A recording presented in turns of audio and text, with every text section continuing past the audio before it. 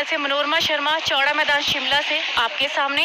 अभी हमारे साथ उपस्थित है एनपीएसए के राज्य अध्यक्ष नरेश ठाकुर जी तथा सचिव भरत शर्मा जी और चेतराम जी, हिमराल जी।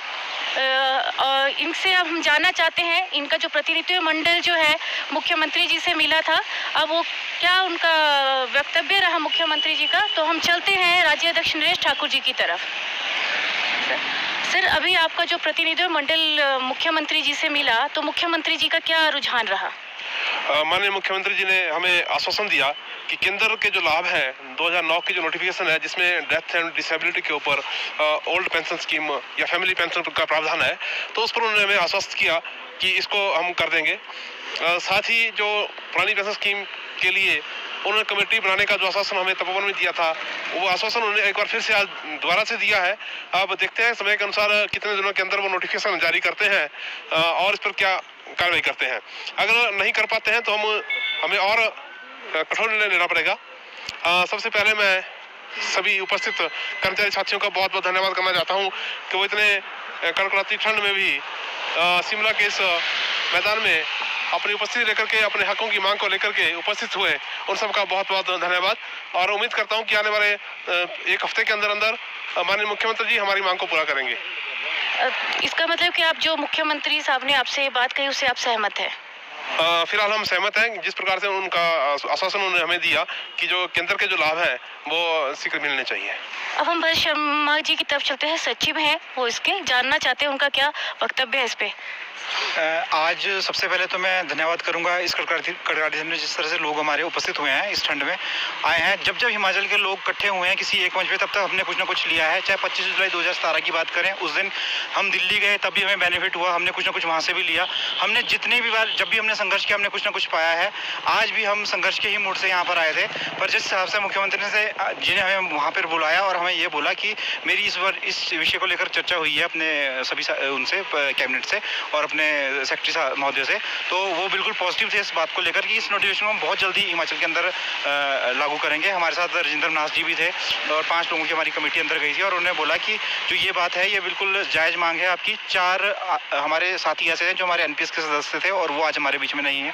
सिर्फ 2 महीने के अंतराल के अंदर उनकी मृत्यु हुई। तपोवन में अगर ये बात हो जाती फाइनल तो उनके परिवारों को आज पेंशन होती। हमने उनको ये बात समझाई कि आपकी देरी की वजह से कई लोग ऐसे हैं जिनको पेंशन नहीं लग पा रही है, तो उन्होंने इसको रिकमेंड किया, अपने हाथ से इसको लिखकर सेक्रेटरी महोदय के पास भेजा है। दोबारा उन्होंने बोला वैसे मेरी उनसे बात हो गई, यस उन्होंने कर दी है, पर अब हफ्ते का टाइम या 15 दिन का टाइम इसके लिए फिर लेंगे वो और नोटिफिकेशन जारी करेंगे अगली कैबिनेट में, ऐसा उन्होंने आश्वासन दिया है।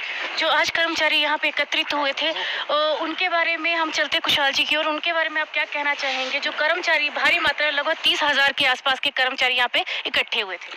जो ये कर्मचारी आज इकट्ठे हुए, ये स्पष्ट संदेश है प्रदेश सरकार को और केंद्र सरकार को कि इतनी भारी भरकम वर्षा के पश्चात भी और बर्फबारी गिर रही है, उसके पश्चात भी लोगों में जो जुनून था यहाँ पर वो देखने लायक था।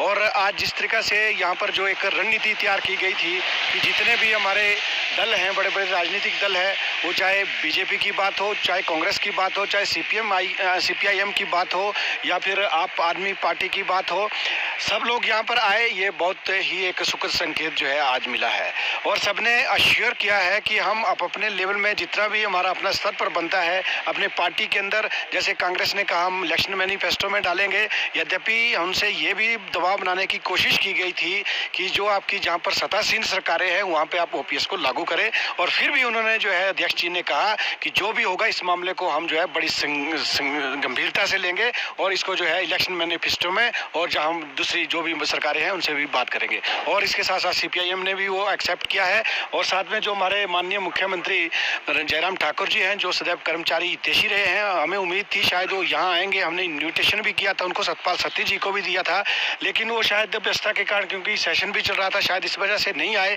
और जैसे ही हमारा यहाँ से मार्च हुआ वहाँ पे विधानसभा के अंदर और उन्होंने हमारे डेपुटेशन को बुलाया, नरेश ठाकुर जी की अगुवाई में हमारा डेपुटेशन मिला और उन्होंने जो डीसीआर जी की बात बात की, सॉरी DCR जी ऑलरेडी था, और जो केंद्र के लाभ की बात थी 2009 की नोटिफिकेशन की, जिसके तहत डिसेबिलिटी और कैजुअलिटी होने पर जो है फैमिली पेंशन का प्रावधान है, उसको जो है उन्होंने अश्योर किया कि इसको लागू किया जाएगा, और साथ में जो है कमेटी को गठित करने की भी बात की है। Thank you. जैसा कि आप देख ही रहे हैं, हमारे साथ जो अभी राज्य अध्यक्ष नरेश ठाकुर जी, सचिव भरत शर्मा जी, प्रवक्ता कुशाल शर्मा जी, इन्होंने ये बताया कि वे मुख्यमंत्री का आभार करते हैं जिन्होंने ये आश्वासन दिया कि जल्द से जल्द जो डेथ एंड डिसेबिलिटी के जो पेंशन है उसको लागू करेंगे और कमेटी का भी गठन करेंगे। खराब मौसम के बावजूद यहाँ पे उपस्थित सभी कर्मचारियों को भी इन्होंने धन्यवाद दिया और इसी जोश को बरकरार रखने के लिए कहा है। तो मैं आपके सामने NPS न्यूज से